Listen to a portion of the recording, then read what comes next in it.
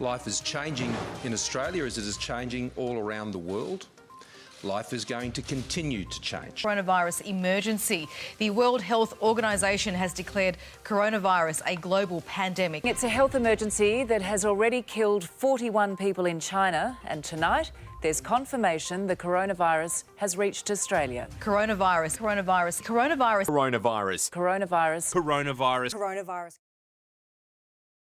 In early 2020, a new disease labelled as COVID-19 swept across the globe, changing our daily lives and our societal normalities. Suddenly, masks were required, stores began to close and lose foot traffic, and our social gatherings began to disappear.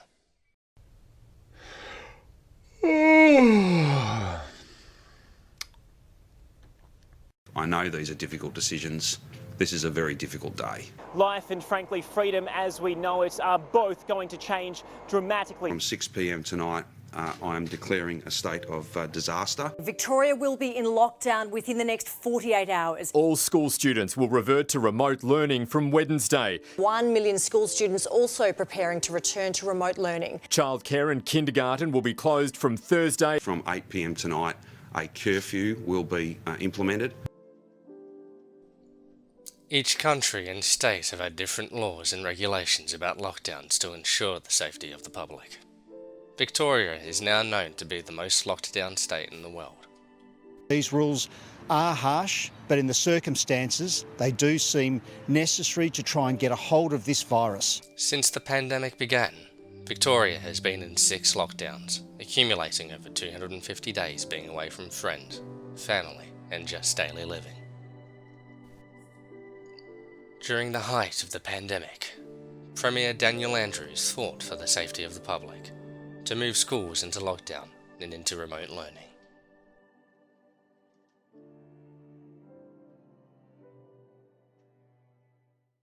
Last year it wasn't too bad. I was still pretty good at keeping up with my work, but this year it's been a lot more difficult for me.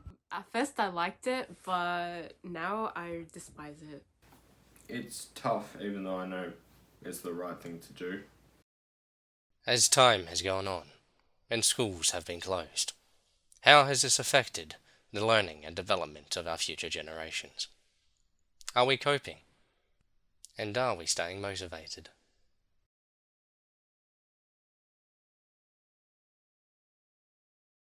It's been really hard because I was just zoned out every time the teacher's saying something important, and I just feel like everything's going wrong and I'll never be able to do social stuff ever again. It's very difficult sometimes, especially with the transition last year. It's gotten easier, but definitely no motivation. Remote learning, from my perspective, has been a lot better for me this year. Growing up as a uni student, I found it difficult to actually force myself and motivate myself into going into remote learning.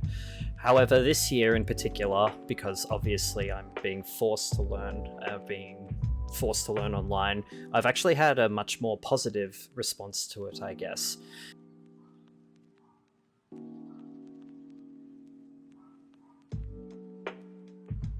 I'm definitely doing worse, but I'm trying my best. My motivation has been affected. I have just stopped really paying attention in class, and I'll go a whole Zoom and realise I haven't taken in anything. It's not how I like to learn, and it doesn't suit me or my learning.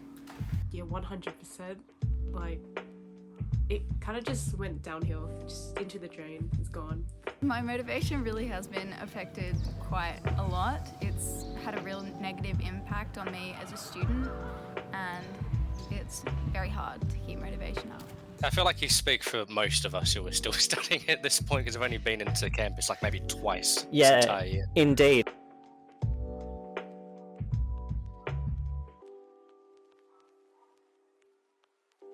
I was better last year because I thought it wasn't going to be like long term, but now that it is long term, it's just, I don't know, it's just affected me a lot. I'm definitely doing worse at schoolwork. Being at home, I have gotten my grades dropped a lot, especially in maths, because I don't pay attention in class and you really have to in maths. And so it's kind of been disheartening seeing it drop, even when I do try.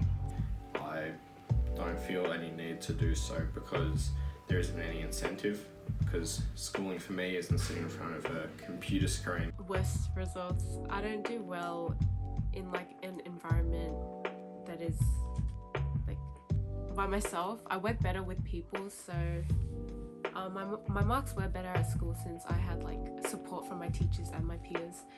So yeah. My schoolwork has declined quite a lot in terms of quality and quantity, since I can't keep my motivation up and I just completely lose concentration and lose track of my thoughts at home.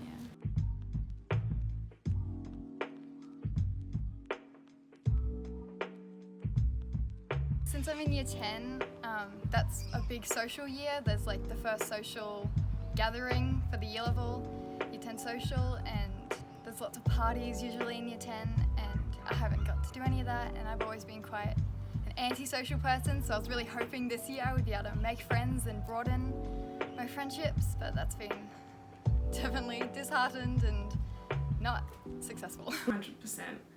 I got into lockdown with like a lot of friends with a big friend group, and now I've almost out of lockdown with like 2 good friends. Socially, pretty negatively. There's lots of tension when you're only form contacts over messages or on voice communication. There's no face-to-face contact. The transition from high school to university has been a lot more challenging than I expected it to be due to remote learning. I feel like the social experience was something I was really looking forward to and would have really helped me to ease into university life. There's a whole lot of learning that students can do just by going outside.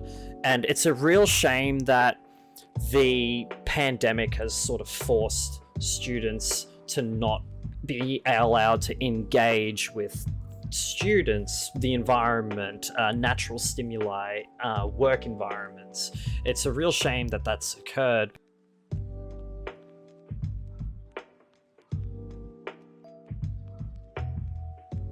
My plan is to spend as much time as I can with my friends. You know, just doing my work normally at school, hopefully. But if not, if we're still in quarantine, then I'm not sure what I'm going to do, because it's going to be hard picking my subjects and doing my work and actually getting good grades if I learn at home. When I get back to school, I hope that I can get back into it and really focus on my schoolwork, because that's really important to me. And I hope I can get back into the groove I've always been in. My plans for the near future is to have an escape for a while. I want to distance myself from remote learning and all the isolation that I've been through over the past months. And then I'm going to look forward to just getting a refreshing start next year with my schooling and try and rebuild from there. I would hope that I would like to be back in a classroom really soon, because while the online learning is fun and enjoyable and somewhat engaging, a lot more discussion, I suppose, comes from learning with a group, and I find that to be a much more engaging part of learning for myself personally.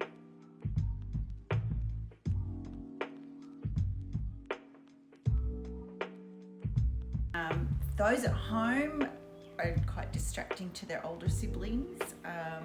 If mum and dad are working, or whoever's at home supervising is working, it's quite hard to keep them engaged. So teachers have to work really hard to make activities and lessons that are engaging. So with my grade 1s and 2s is that it's been fine, but you know, we just have to make sure that the students are able to understand that this is only temporary, but they're doing their very best to ensure that they get the best education that they possibly can. Look, I think they expect it now. I think last year was a little bit of a novelty kind of thing, learning to do things online. And then as it went on this year, it was more of like, okay, yeah, we know what to do. And then this latest bout of lockdown, they've risen to the challenge, but they're tired.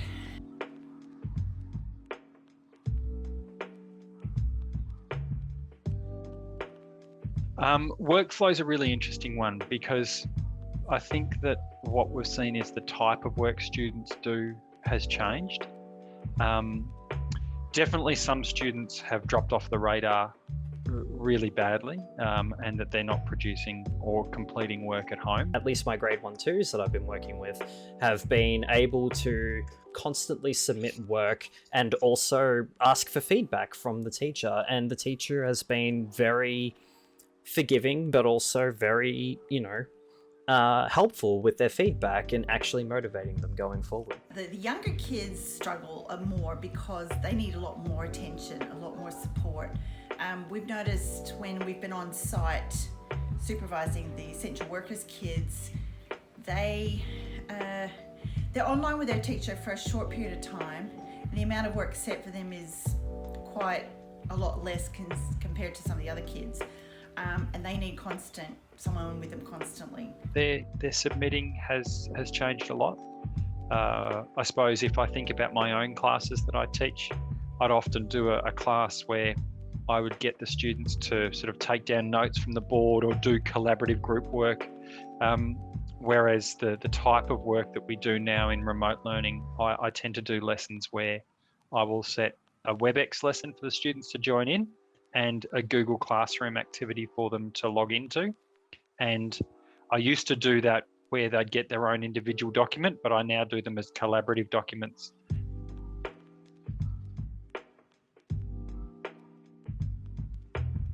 They don't get a chance to talk to each other very much when we're on calls. Now, whether they contact each other outside of that time, maybe they do. I think some kids do email each other a fair bit. I know they crave being together. I think the most important thing is that we are still learning as best as we possibly can. And I think the younger kids in particular, they're missing out on learning those sort of social skills within the classroom because they don't have to share, they don't have to take turns, they don't have to wait for the teacher to come over to their table and help them. So the younger ones in particular, I think, are going to struggle more socially a bit more, and we've got to target that a bit better. As life moves on and more people are becoming vaccinated, we can return to some normality. But how will this change the way we now live? Will masks forever be the new norm? Will the motivation of students be impacted so much it will move to their careers? I guess that for the time being, we will just have to try and stay motivated.